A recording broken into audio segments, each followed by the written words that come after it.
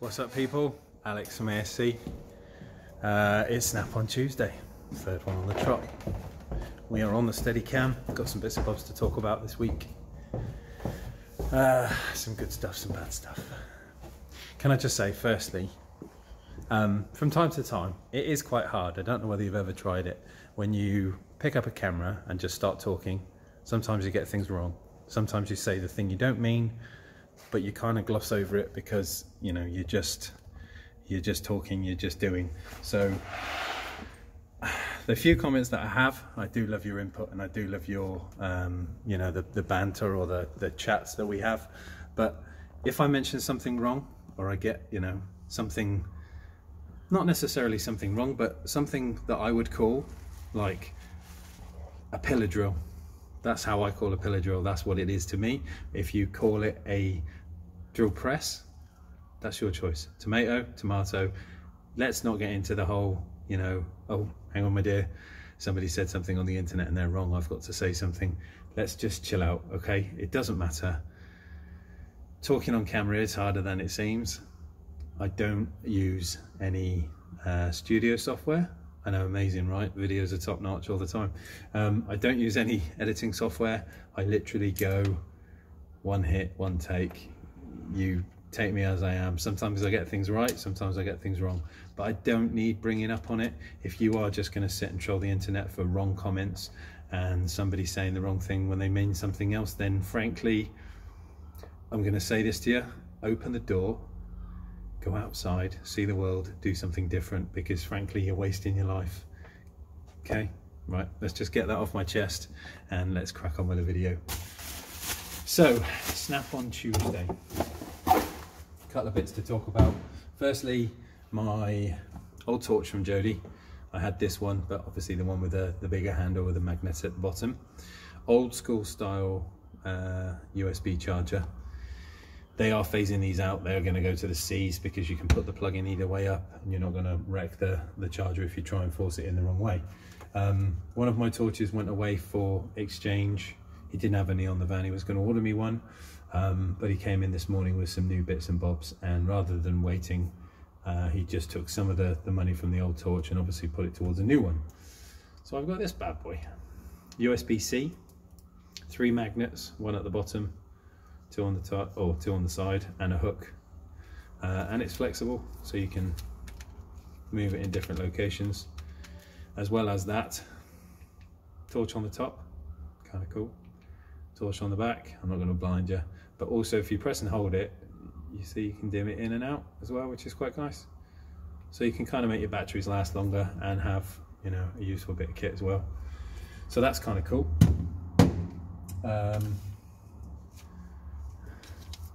Snap on chocolate. It is Easter over here at the minute.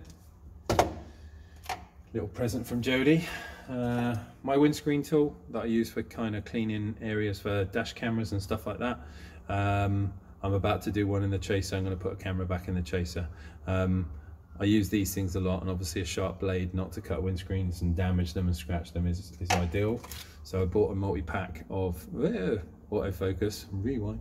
I bought a multi-pack of razor blades so I can either clean windscreens or I can kill myself 100 times, you know, whichever's easier. New soldering iron. Didn't buy this from Jody. They are on offer actually, the soldering iron from Snap-on, but it's 130 quid.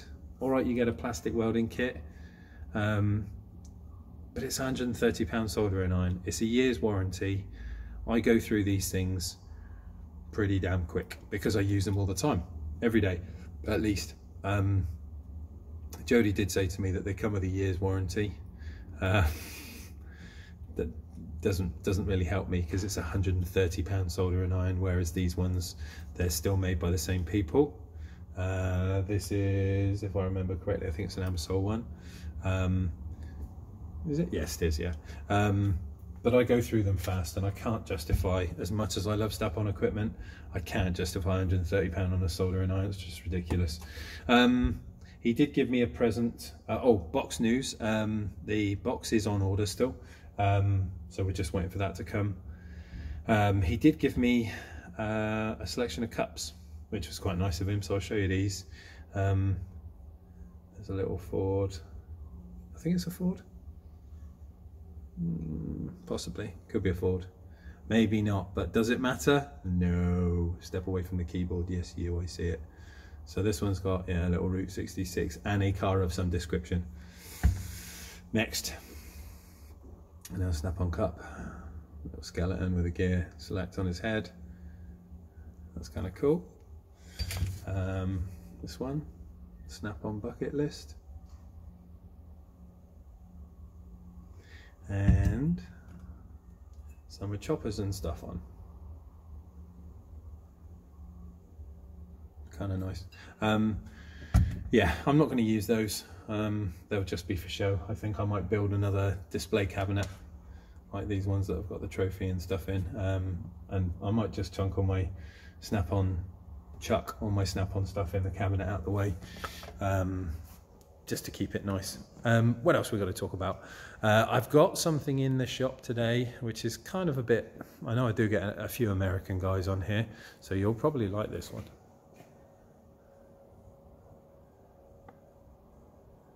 Little Camaro with a V8 in it. This was originally a friend of mine, Simon. It was his job. He had to do some work with the radiator, needed the radiator bleeding properly because it kept throwing water out. But since then, the guy took the car, the radiator was done okay. He took the car, drove, and there was a bit of smoke, some issues with the wiring. So I had a look at it, but basically decided that it was kind of a bit out of his remit and that it should come to me. So we now have the Camaro. What we did find, the wiring is an absolute joke. Whoever does this kind of stuff to cars, you really need to stop. Homebrew mechanics, we've all got to learn, I get that. But, you know, I know this guy's paid a lot of money for this car. And when you've got things like this,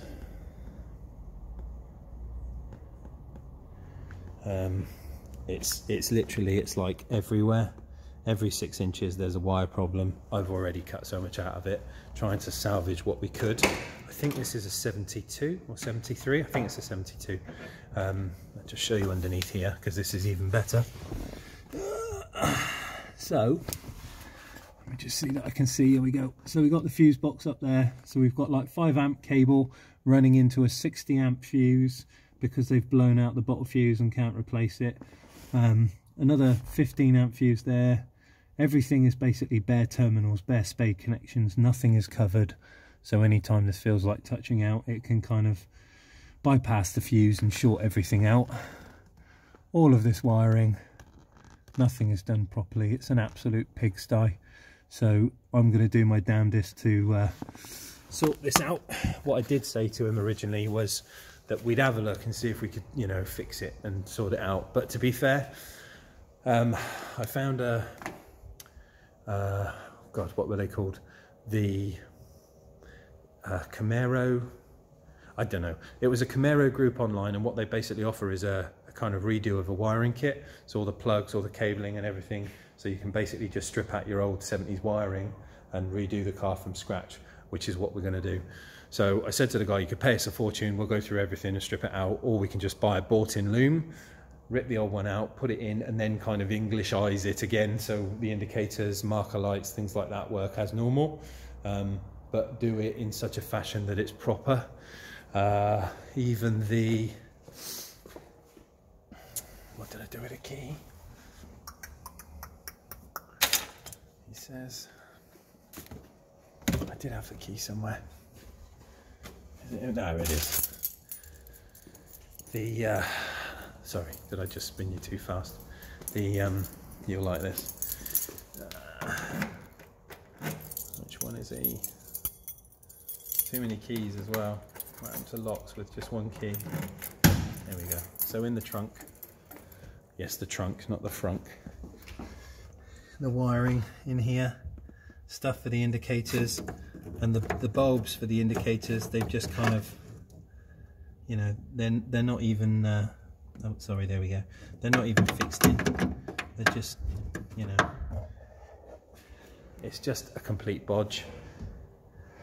Whoever did the conversion, shame on you. You should know better than try and sell people junk like this. It's not on, you know, it's not good. But so we've got to sort it. So we've ordered a loom in for it. We will redo the car, get it all nice and fresh. The engine's quite nice. I think it's not the original one. It's had a conversion of some description, but it's a 454 turbojet, 450 brake. Oh, and the battery live terminal next to the radiator, not even attached. And the spark plugs, HT leads, they run through the suspension, so when the car bounces, they have the ability to fall into the suspension and get caught. It's just a mess.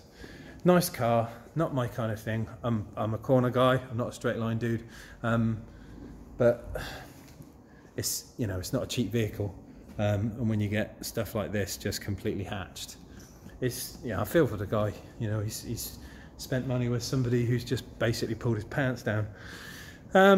What else we got? Lotus stuff going on. Let me grab my chair. So the Lotus is coming on really well. I need to do another parts order of bits and bobs. We've got the turbos kind of running on. The pipe work is pretty much done.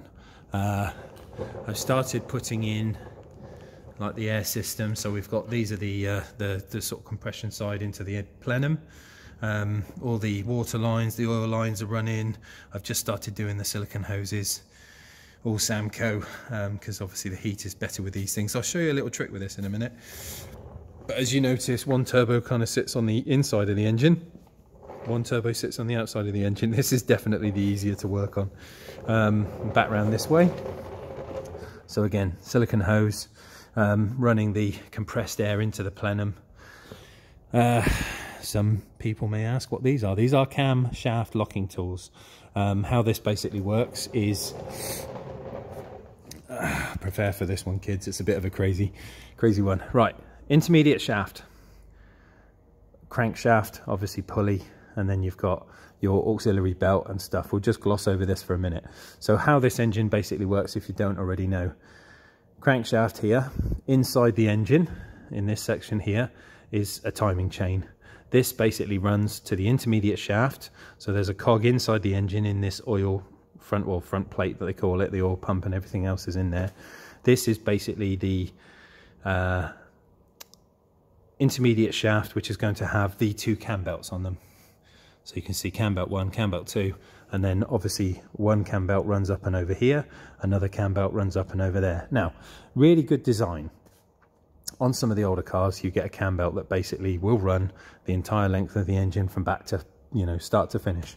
If you have a problem, all of this timing goes out and you basically write the engine off. The clever thing about this is that because this is chain driven up to here, and then this runs a one belt there and one belt there, that if you get a problem, usually it's sided. So you find that you don't write off the whole engine, you just have a problem with one or the other. If you're really unlucky, okay, both, but you know, it's a better idea than one belt that does the whole lot. So what we're doing is, from the previous belt track issue that I had, you can see the damage here on this pulley. That basically was from one side of the engine, which actually was this side. These are just for mock-up purposes. I'm not using them on this build because these are trashed. So one side of the engine come to an abrupt stop with the valves and pistons coming into contact. These things aren't actually keyed on. As scary as that sounds, the intermediate shaft and all of these wheels or cogs are not keyed. So they are free rotating. So thanks to Pancho Speed Shop, Gonzalo, little you know, new acquaintance, good Lotus mechanic. I've spoke with him many a time on the internet. He makes a clever little keyway that you have to do yourself, but you can basically drill out the center shaft and the cog all the way through, put a little keyway in there, and it stops this being able to move and the pulleys going either way. And then all you've got to worry about is the 4 at the top, which is actually safer because these in their running stroke are actually tightening up, whereas this one is actually backing off. So you key up this center shaft. These ones are timed up correctly with your camshaft locking tools. These are what we call set pins, so this sets the cam in its 10 degrees before top dead center. So you lock the cams in with you lock the cam in. So yeah, you lock the cam in with these tools here. This keeps them still. These are the timing pins which will set the cam in the right location. So you glue your thread, obviously with some kind of Loctite, tighten that up with your belt on it, and then that stays in position. And then obviously you can undo these, wind the engine round 360 degrees, and then check again that these screw in. They locate into the top of the camshaft, and then you know that your engine's timed up correctly. The only one thing you've got to do after that then is with the clavis gauge, you've got to measure the frequency of the belts, make sure they're within spec, and then your engine is timed. Easy as that. Other things, this is kind of like a bit of an umbilical cord for the oil. This would originally run from the engine out one side to the oil coolers, back in the other side, nice cool oil. But during the running in procedure, we are going to run different oil, mineral oil, to bed the engine in. I don't want that in the oil coolers all the way around the engine, there's no need. So we're just going to run like this little simple umbilical cord kind of cable that will just run the oil back into the engine very quickly, and it keeps our dirty oil in one place, so when we drop the oil after the running procedure, fingers crossed, it's nice and simple. So it's all coming on rather well. I do need to make another order today of some bits. Jay from Jay in California and Steve at SJ's, they're kind of sorting me out with some parts, but it is coming on. Not long to go. I'll tell you what, let's show you this little tip, shall we say. In making the silicons, what I tend to do is with stuff like this, it's kind of bespoke. You can't really get silicons made for the kit. I like to use the Samco stuff. So what I designed, or what I've been making,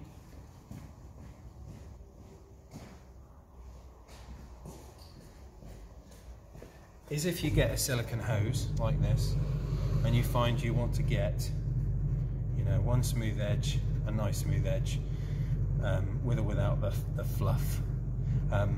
What I tend to do, really weird way, but it does work, you get a drill with a hole saw attachment desired to the right size for your silicone.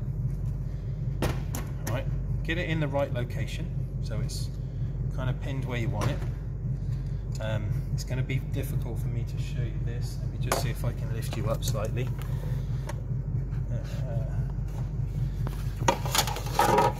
You on there. There we go. You see the drill?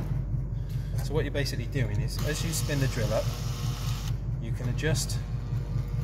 Let me just show you that way. So you can adjust the hose so it's tracking normally. But you can see here, you see where it's cut and it's slightly off, and it's kind of looks like it's almost wandering in and out. If you get a sharp knife, and I do mean a sharp knife, it can't be a blunt knife, you can basically, it takes a little bit of practice, but once you kind of know where you want to mark, you can run your knife onto it, spin up your knife. Once you've created your little groove,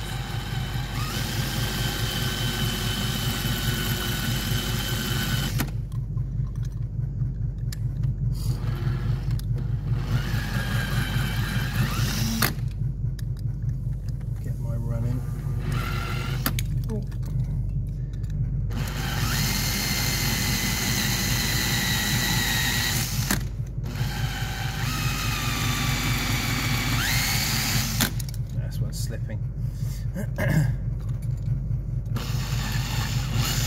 Probably should have cleaned the oil out from inside first.